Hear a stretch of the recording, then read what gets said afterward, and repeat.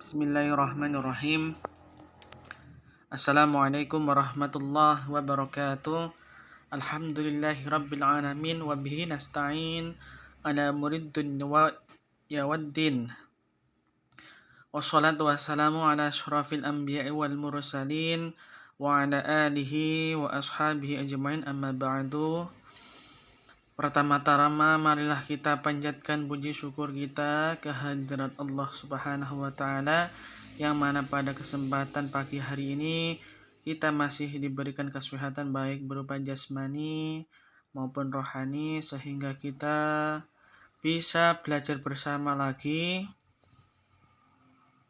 Biqaulina alhamdulillahi rabbil alamin. Kedua kalinya sholawat serta salam selalu senantiasa kita haturkan kepada junjungan kita, uswatun hasanah kita, suri tauladan kita, yakni baginda Nabi Muhammad sallallahu alaihi wasallam, yang selalu kita nantikan syafaatnya nanti di yaumil kiamah. Allahumma amin ya rabbal alamin. Baik anak-anakku SMK Daya Wangsa kelas 11, melanjutkan materi untuk KD 2 kemarin. KD pertama sudah selesai, taat pada aturan, kompetensi dalam kebaikan, dan etos kerja. Kemudian melanjutkan materi yang kedua atau bab yang kedua, kita akan membahas secara singkat mengenai toleransi dan menghindarkan diri dari tindak kekerasan. Baik, yang pertama yang perlu kita pahami adalah toleransi. Apa sih toleransi itu, anak-anakku? Baik, toleransi adalah sikap saling menghargai antara sesama manusia. Toleransi juga merupakan fondasi utama dari kerukunan dan kesatuan suatu bangsa. Karena dengan toleransi, suatu bangsa tidak akan membeda-bedakan satu dengan yang lain, sehingga perpecahan dan konflik dapat dihindarkan. Kemudian secara harfiah, makna toleransi adalah bersifat toleran atau bersifat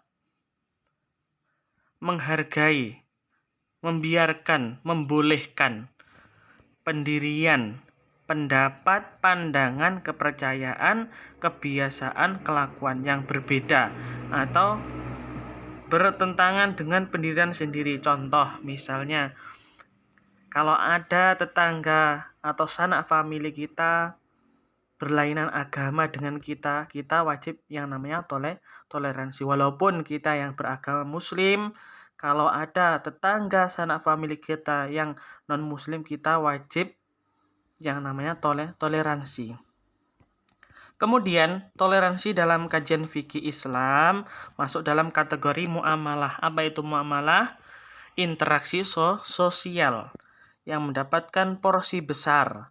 Hal ini tampak dalam berbagai penjelasan Rasulullah SAW yang termaktub dalam banyak sekali literasi hadis. Bahkan dalam konsep Al-Quran, manusia akan terpuruk dalam kesesatan jika dia tidak menemukan sinkronisasi kebijakan, baik yang ada hubungannya secara vertikal maupun horizontal. Vertikal itu hablum minallah, horizontal itu hablum minan nas. Kemudian terkait dengan masalah toleransi ini, ada kekeliruan yang tampak sangat jelas, yaitu ketika memasukkan toleransi pada ranah ibadah. Padahal toleransi termasuk dalam ranah sosial. Karena itu umat Islam harus waspada pada batas wilayah, apakah Islam membenarkan toleransi dan pada wilayah makna Islam menolak toleransi. Itu sedikit mengenai gambaran toleransi. Kemudian selanjutnya yang kedua, yakni menghindarkan diri dari tindak kekerasan. Sebagai sebuah agama yang mengedepankan kedamaian sesuai dengan namanya Al-Islam. Al-Islam itu yang berarti kedamaian atau keselamatan. Agama Islam sebagai mencela adanya tindak kekerasan, apalagi yang diatasnamakan agama. Adapun beberapa ayat maupun hadis yang seakan-akan isinya mengajarkan kekerasan, maka harus dipahami secara kontekstual dengan melihat situasi dan kondisi di mana dan kapan ayat tersebut diturunkan. Asbabun nuzul atau asbabul wurud. Pemahaman yang tekstual, apalagi sepotong-potong tanpa pemahaman yang mendalam terhadap kaidah ulul Quran atau Al-Quran, hanya akan menjerumuskan orang pada tindakan fanatisme buta yang berujung pada tindak kekerasan dan anarkisme, bahkan terorisme. Na'udzubillahi min dzalik.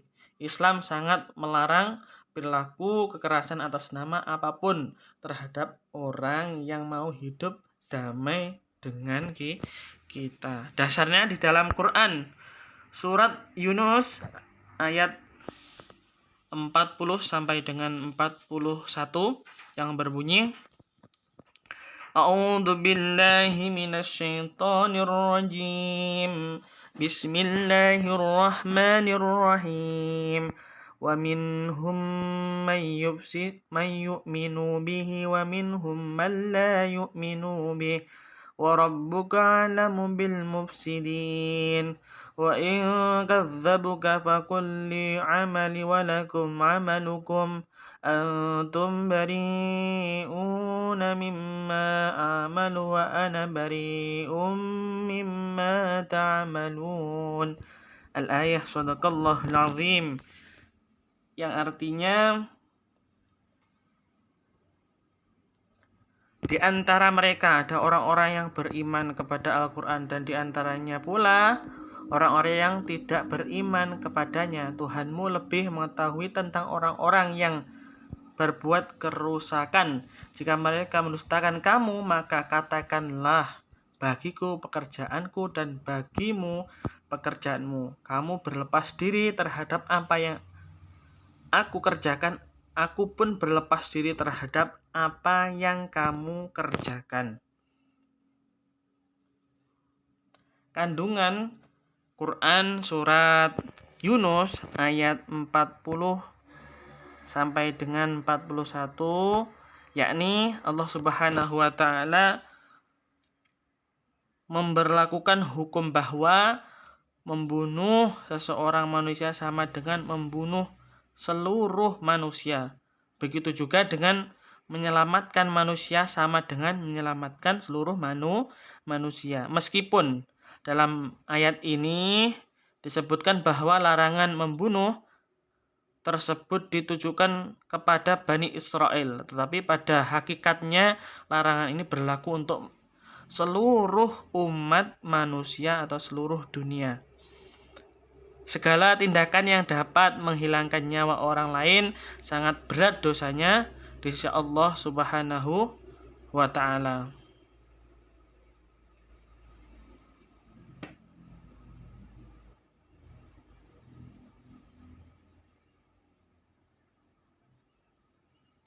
Ayat ini menyinggung sebuah prinsip sosial di mana masyarakat bagaikan sebuah tubuh, sedangkan individu-individu masyarakat merupakan anggota tubuh tersebut.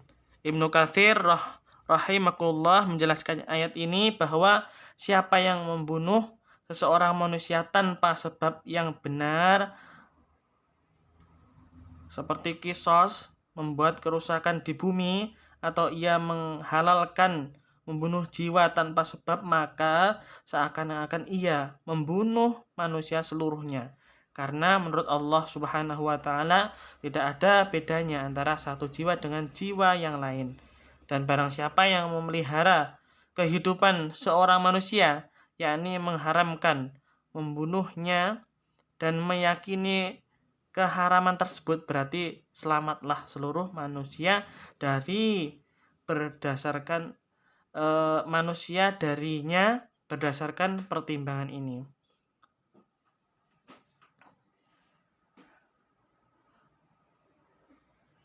Kemudian ayat ini juga mengandung larangan untuk berbuat perbuatan kekerasan, apalagi pembunuhan tanpa sebab yang dibenarkan. Tindakan kekerasan hanya akan menimbulkan rasa dendam, sakit hati, dan permusuhan yang tidak ada hentinya. Tugas kita adalah menjaga ketentraman hidup dengan cara mencintai tetangga, orang-orang yang berada di sekitar kita. Artinya apa? Kita dilarang melakukan perilaku yang dapat merugikan orang lain, termasuk menyakitinya dan melakukan tindakan kekerasan kepadanya.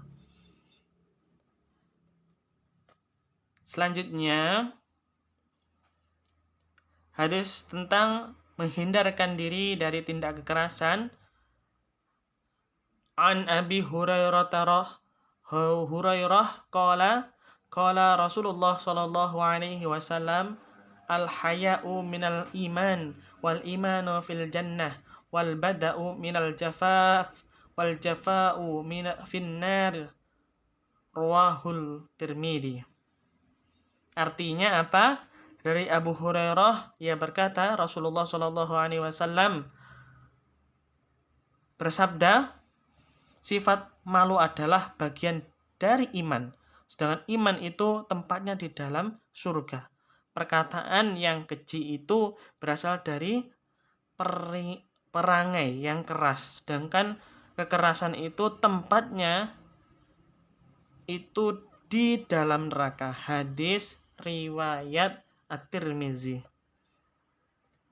Hadis ini juga menjelaskan bahwa malu merupakan sebagian dari iman. Dengan adanya rasa malu, seseorang akan terbentengi dari berbuat buruk kepada orang lain. Dalam hadis lain, Rasulullah Shallallahu Alaihi Wasallam pernah menjelaskan bahwa dosa adalah sesuatu yang menjadikan hati kita resah dan merupakan hal yang tidak ingin diketahui orang lain.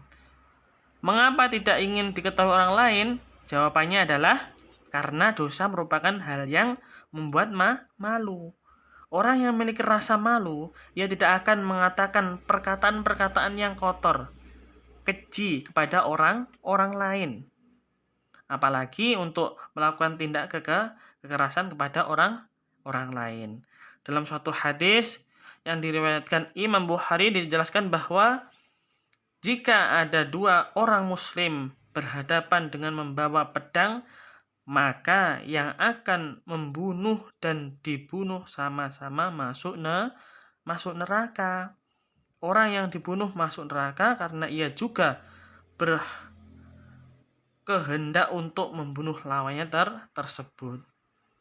Gambaran ini nampaknya akan semakin jelas jika kita bayangkan suasana perkelahian atau tawuran. Perkelahian atau tawuran biasanya dipicu oleh hal sepele seperti apa? Seperti saling ngejek dengan perkataan-perkataan yang kotor dan keji. Na'udzubillah. Dari masalah yang sepele ini akan berujung pada perkelahian atau tawuran yang nantinya akan ada yang cedera, dirawat di rumah sakit, bahkan sampai ada yang meninggal dunia. Na'udzubillah. Dari sinilah tidak heran jika Rasulullah Shallallahu Alaihi Wasallam menjadikan perkataan keji sebagai suatu tindak kekerasan. Oleh sebab itu, anak-anakku semua, wajar jika sifat malu merupakan bagian dari iman yang dapat menuntun seseorang menuju surga. Sebaliknya, peringai yang keras merupakan hal yang dapat menuntun seseorang untuk masuk ke neraka. Na'udzubillah. Oleh karena itu, peliharalah sifat malu dalam diri kita semua, khususnya anak-anakku SMK Dayawasa kelas 11. Bergaulah dengan orang-orang yang soleh dan rajinlah untuk menghadiri majelis-majelis taklim agar hati kita menjadi lembut dan terbentengi dari perangai-perangai yang keras dan menjerumuskan kita ke dalam neraka. Na'udzubillahi min dzalik. Demikian penjelasan dari saya terkait materi bab 2. Selanjutnya tugasnya untuk anak-anakku semuanya yakni tulis materi dan ayat Al-Quran yang saya sampaikan di buku khusus PAI BP masing-masing. Kemudian nanti silahkan difoto, kirimkan ke saya. Terima kasih anak-anakku. Ada kurang lebihnya saya mohon maaf. Wabillahi taufiq wal hidayah wa ridha wa inayah. Wassalamualaikum warahmatullahi wabarakatuh.